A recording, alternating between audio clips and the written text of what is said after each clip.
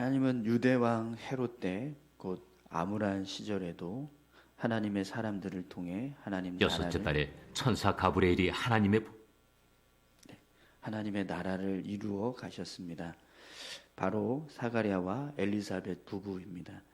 이들은 경건한 레위 지파 출신이며 하나님 앞에 의인으로 인정받는 사람입니다. 그들에게는 큰 근심이 있었습니다. 늙을 때까지 자식이 없는 것입니다. 하나님은 사가랴에게 천사 가브리엘을 보내 자녀를 주겠다고 약속하십니다. 그러나 사가랴는 불신했고 이 일로 자녀가 태어날 때까지 말을 하지 못하게 됩니다. 그럼에도 하나님은 약속대로 엘리사벳의 태에 세례 요한을 주심으로 그분의 신실하심을 드러내십니다. 사가랴는 불신실했지만 하나님은 신실하셨습니다. 불완전한 우리가 바라는 때와 완전하신 하나님이 계획하신 때에 시차가 발생할 수 있습니다. 그러나 하나님의 때에는 오차가 없기에 믿음 안에서 인내해야 합니다. 아멘. 네. 우리 질문도 같이 읽겠습니다. 사가랴 부부가 바라던 때와 하나님이 일하시는 때는 어떻게 달랐습니까? 나의 때와 다른 하나님의 때를 신뢰하며 인내하기 위해 내게 필요한 것은 무엇입니까? 누가복음 1장 1절에서 25절까지 말씀 같이 함께 읽었는데요. 세례 요한의 탄생 과정을 설명해 주는 말씀입니다. 세례 요한은 경건한 레위 지파 사가랴의 가정에서 태어납니다. 이 사가랴는요 아론 계열 제사장 가문 사람입니다.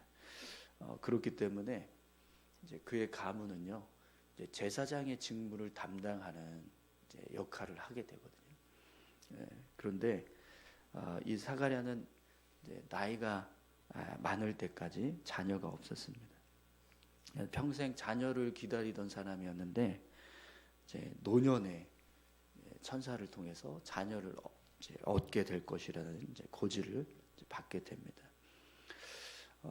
평생 자녀를 기다리던 가정에 자녀를 주시지 않고 나이가 많은 이제 때가 되었을 때 이제 하나님께서 자녀를 주시겠다라고 이제 말씀을 하니까 본인도 그렇고 아내도 그렇고 나이가 들어서 이제 임신을 할 수 없는 그런 상태가 되었는데 어떻게 자녀를 얻겠는가 이제 이런 의문이 사가랴에게 있었던 거죠. 그래서 천사에게 이걸 어떻게 알 수 있겠습니까? 라고 질문을 합니다. 근데 이 질문이요, 우리가 나이가 들어서 이제 임신할 수가 없게 되었는데 어떻게 자녀를 갖겠습니까? 이렇게 질문한 거죠. 천사가 하나님께서 보낸 천사이고 또 이것이 하나님의 뜻이다라고 말씀하시면서 이제 결국에는 이제 엘리사벳이 임신을 하게 됩니다. 여러분 하나님께서 이 사가랴의 가정에 나이가 들어서 이제 자녀를 얻게 하신 이유가 있습니다. 만약 이 사가랴가 젊었을 때 그리고 힘이 있을 때 자녀가 생겼다면 아마 자신의 가문의 그 역할을 감당하는 자녀로 키웠을 겁니다. 그래서 세례 요한은요 광야에서 외치는 자의 소리가 아니라 제사장으로서의 삶을 살아가게 되었을 거라는 거죠. 그러나 이 사가랴가 제사장 가문의 역할을 다 마치고 나이가 들었을 때 불가능한 어떤 상태에서 하나님이 자녀를 주셨다라고 하는 이 모습을 통해서 이 자녀는 하나님께서 예비하신 뜻이 있구나 이걸 이제 인정하게 되는 거죠. 그래서 결국에는 이제 제사장의 역할을 감당하지 않고 세례 요한이 이제 광야에 가서 세례를 베풀고 주의 길을 예비하는 자의 인생을 살아가게 됩니다. 이런 이제 과정들을 봤을 때 하나님께서 우리 인생을 주관하시는 모습은요, 때로는 늦은 것 같지만 사실은 그것이 가장 좋은 순간이었다라는 것을 오늘 말씀을 통해서 우리가 묵상하게 됩니다. 그래서 하나님은 정확한 때에 정확한 방법으로 우리 인생을 이끌어 가시는 하나님이시다. 우리가 이걸 신뢰할 수 있어야 한다는 거죠. 여러분 사가랴의 부부가 바라던 때와 하나님이 일하시는 때는 좀 달랐습니다. 그러나 결국에는 그 때가 하나님께서 정하신 인생의 순간이었다라는 것을 우리가 말씀을 통해서 묵상하게 됩니다. 그것처럼 오늘 저와 여러분들의 삶에도 하나님께서 행하시는 일들이 그때가 가장 적절한 시기라는 것, 그것을 믿고 그 하나님께서 이끌어 가시는 대로 우리가 믿음의 삶을 살아갈 때 하나님께서 주신 은혜 속에서 우리가 살게 될 줄 믿습니다. 우리 다시 한번 말씀 기억하시면서 함께 한 번 더 읽도록 하겠습니다.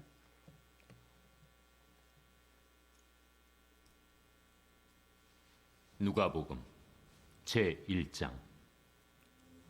우리 중에 이루어진 사실에 대하여 처음부터 목격자와 말씀에 일꾼된 자들이 전하여 준 그대로 내력을 저술하려고 붓을 든 사람이 많은지라. 그 모든 일을 근원부터 자세히 미루어 살핀 나도 데오빌로 각하에게 차례대로 써보내는 것이 좋은 줄 알았노니, 이는 각하가 알고 있는 바를 더 확실하게 하려 함이로라. 유대왕 헤롯 때에 아비야 반열의 제사장 한 사람이 있었으니 이름은 사가랴요. 그의 아내는 아론의 자손이니 이름은 엘리사벳이라.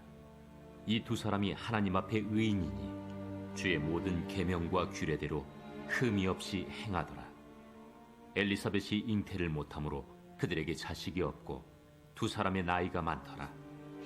마침 사가랴가 그 반열의 차례대로 하나님 앞에서 제사장의 직무를 행할세 제사장의 전례를 따라 제비를 뽑아 주의 성전에 들어가 분향하고, 모든 백성은 그 분향하는 시간에 밖에서 기도하더니 주의 사자가 그에게 나타나 향단 우편에 선지라.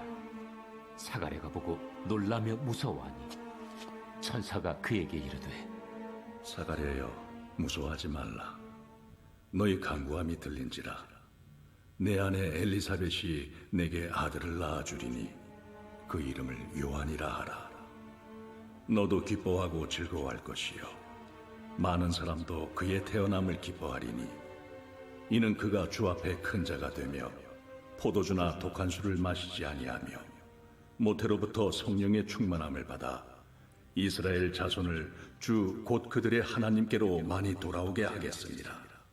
그가 또 엘리야의 심령과 능력으로 주 앞에 먼저 와서 아버지의 마음을 자식에게, 거스르는 자를 의인의 슬기에 돌아오게 하고 주를 위하여 세운 백성을 준비하리라. 내가 이것을 어떻게 알리요? 내가 늙고 아내도 나이가 많으니이다. 나는 하나님 앞에 서 있는 가브리엘이라. 이 좋은 소식을 전하여 내게 말하라고 보내심을 받았노라. 보라, 이 일이 되는 날까지 내가 말 못하는 자가 되어 능히 말을 못하리니, 이는 내가 내 말을 믿지 아니함이거니와 때가 이르면 내 말이 이루어지리라. 백성들이 사가랴를 기다리며 그가 성전 안에서 지체함을 이상히 여기더라. 그가 나와서 그들에게 말을 못하니 백성들이 그가 성전 안에서 환상을 본 줄 알았더라. 그가 몸짓으로 뜻을 표시하며 그냥 말 못하는 대로 있더니 그 직무의 날이 다 되매 집으로 돌아가니라. 이후에 그의 아내 엘리사벳이 잉태하고 5달 동안 숨어 있으며 이르되, 주께서 나를 돌보시는 날에 사람들 앞에서 내 부끄러움을 없게 하시려고 이렇게 행하심이라. 6째 달에 천사 가브리엘이 하나님의 보내심을 받아.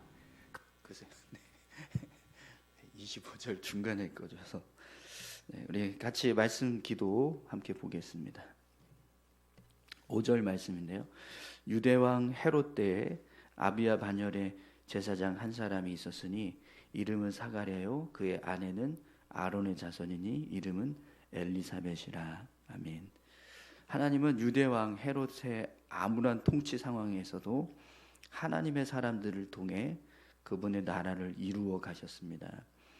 시대를 탓하지 않고 하나님을 경외했던 사가랴와 엘리사벳의 부부를 쓰셨습니다. 하나님은 지금도 그런 자를 통해 일하십니다. 함께 기도할 제목은요, 나라가 어두울 때도 하나님이 주님의 나라를 이루어 가심을 신뢰하게 하소서. 이 땅의 모든 절망적인 소식에 좌절하지 않고 마침내 완성될 하나님 나라를 소망하며 주님의 의를 힘써 구하게 하소서. 아멘. 19절에서 20절 말씀입니다. 천사가 대답하여 이르되 나는 하나님 앞에 서 있는 가브리엘이라. 이 좋은 소식을 전하여 내게 말하라고 보내심을 받았노라. 보라, 이 일이 되는 날까지 내가 말 못하는 자가 되어 능히 말을 못하리니 이는 내가 내 말을 믿지 아니함이거니와 때가 이르면 내 말이 이루어지리라 하더라. 아멘. 사가랴는 하나님의 말씀보다 늙은 자신의 처지를 바라보았습니다. 이에 하나님은 그에게 말을 하지 못하는 징계를 내리셨습니다. 하나님은 우리의 불신앙을 미워하고 믿음을 기뻐하십니다. 함께 기도할 제목은 한국 교회 목회자들에게 전능하신 하나님을 믿는 믿음을 부어 주셔서 하나님의 약속인 성경을 그대로 믿어 불신의 죄를 범하지 않게 하시고 삶으로 살아있는 믿음을 증언하게 하소서. 아멘. 여러분, 이렇게 우리 두 가지 기도 제목입니다. 나라가 어두울 때 주님을 신뢰하고 하나님의 뜻을 붙잡고 살아가는 신실한 하나님의 사람들, 그런 사람들이 세워지게 하시고 또 특별히 한국의 목회자들이 하나님의 말씀을 더 온전히 믿고 그 말씀을 의지해서 교회를 세우고 또 성도들을 세우는 그런 은혜가 있게 해달라고 여러분 위에서 같이 함께